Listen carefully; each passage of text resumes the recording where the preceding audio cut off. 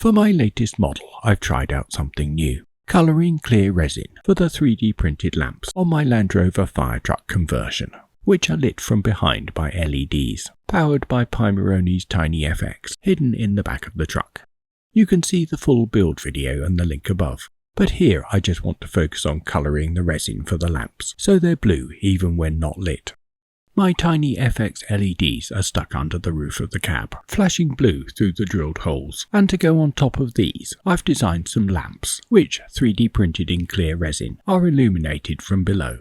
But what I really need is for them to be blue, and that's what we're going to do in this film, by tinting the clear resin I'll be using, in this case AnyCubic's Water Wash 2.0.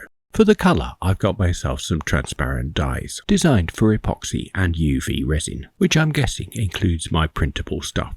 And it's from the array of rainbow colours that I'm picking out some suitable blues, which I can use alone or mix to get the colour I want. Now this is something I haven't tried before, but I've got myself prepared with some opaque plastic jars for mixing and storing the resin. And to make sure I'll have enough, I'm going to be weighing out a fixed amount. According to the internet, the minimum volume for my Mars 4 resin tank is between 80 and 100 millilitres or 120 grams in weight, but I'm going to mix up a bit more than that just to be on the safe side. 150 grams should do. Really, I should be doing this in a darkened room, but that's much less good for filming, so I'm just trying to keep light exposure to a minimum. Now to add the dye, starting gingerly with a couple of drops of my bluest blue and mixing well. At this point I really had no idea how much I'd need, but those couple of drops barely had any effect at all. And in fact, eventually I ended up using half the bottle, about 5 millilitres of my blueberry dye. And even though I had violet on the standby, in case I wanted to tweak the hue, the colour was pretty much perfect. Just a case of making it intense enough. And after one final thorough mix, I poured a couple of drops into a beaker to make sure. And happy with that, went on to pour it all into the reservoir of my Mars 4, ready for printing.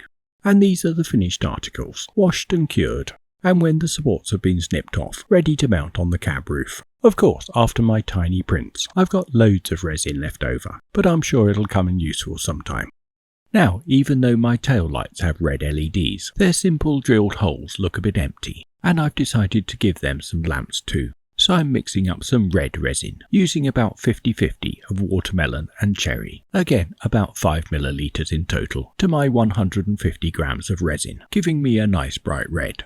And again shaken well, to ensure an even colour distribution, I can print my tiny lamps, ready to fit in the drilled holes in front of the red LEDs in the back of the truck, so they look the part even when unlit, but really coming into their own when the Tiny FX is powered up. My tinted resin intensifying the effect of the red and blue LEDs, which along with my siren sound effect, add that little bit extra drama to my model.